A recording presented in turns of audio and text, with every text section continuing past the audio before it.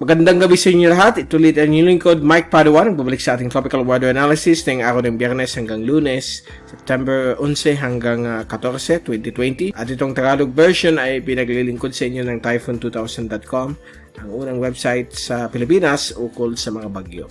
Umpisa natin ang update, itong latest CroupSat. Simula na yung araw ng Biyernes hanggang bukas Sabado.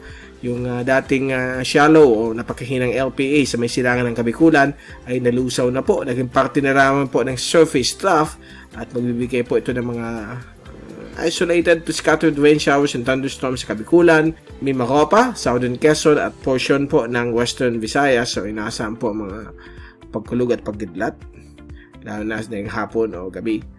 Ang ibang bagay ng ating bansa ay maging katamtaman po ang lagay ng panahon. Pagdating ng hapon ng gabi, ganoon pa rin may mga isolated to scattered rain showers and thunderstorms sa mga kanasan sa malaking bagay po ng Southern Tagalog provinces kasama po Metro Manila, Visayas, Palawan at Mindanao. Samantala sa labas ng ating bansa, wala pa rin tayo nakikitang tropical LPA na posibleng mag-form. Meron lang tayo dito a couple of surface trough sa loob ng 24 oras. All clear po yan. Meron tayo dito sa may subtropics east of Southern Islands of Japan, isang aktibong LPA at tinaas na po sa more than 65% o high chance ang possibility na maging bagyo po ito sa 97W. Subalit ito po ay malapit na po sa frontal boundary. Ito po yung frontal system na kumikilos papunta sa Southern Islands of Japan. So itong mga ulap na ito, posibleng mag-merge na po dito at hindi na matuloy itong C97W. So yan po, kita po natin, may stationary front po sa Southern China. Bibigay ng medyo malamig na panahon sa area na yan. Okay, so yan po ating latest CroupSat. Tingnan natin yung fast animation. So yan po, kitang-kita po natin dito si LPA 97W at yung nalusaw na LPA naman po dito na napakahina sa may Kabikulan. At ayan po yung mga localized thunderstorms na nagsimulang lumabas pagdating ng hapon hanggang gabi. At kung i-zoom natin, ayan po, kinakita po natin yung mga localized thunderstorms. Clear po sa Luzon at sa Manila. Paghapon, ayan na po yung mga localized thunderstorms.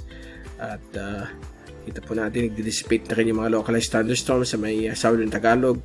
At meron pa rin po dito sa may bahagi po ng Mindanao. So ayan po yung mga isolated to scattered ones.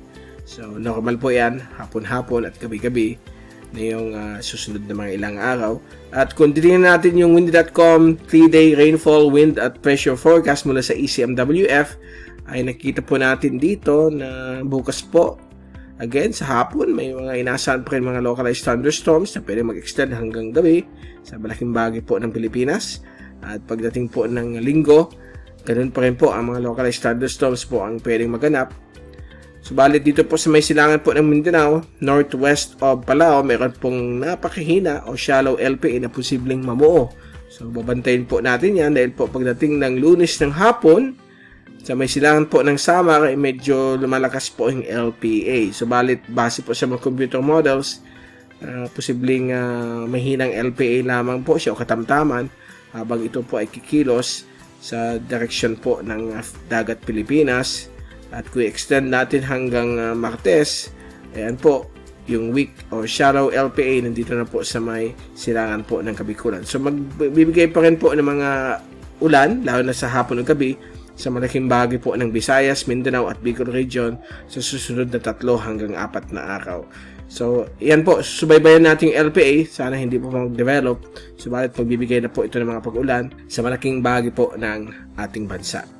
Okay, so yan po, dyan po nagtatapos ang ating tropical weather analysis ng araw ng Biyernes hanggang Lunes na po mula sa Typhoon 2000. Ito si Mike Padua nagpapaalam. Mag-ingat po tayong lahat. Be #weatherwiser at be #typhoonwiser.